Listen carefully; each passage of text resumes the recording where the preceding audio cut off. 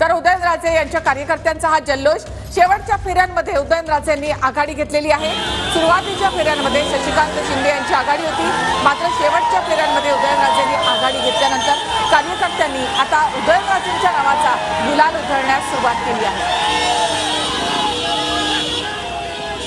तर साताऱ्यामध्ये ही दृश्य आपण या ठिकाणी पाहतोय। तर मतही गादीला आणि मानही गादीला असं आता साताऱ्यामध्ये पाहायला मिळतंय। उदयनराजे यांचे कार्यकर्ते या ठिकाणी जल्लोष करताना शशिकांत शिंदे यांना मागे सारत उदयनराजे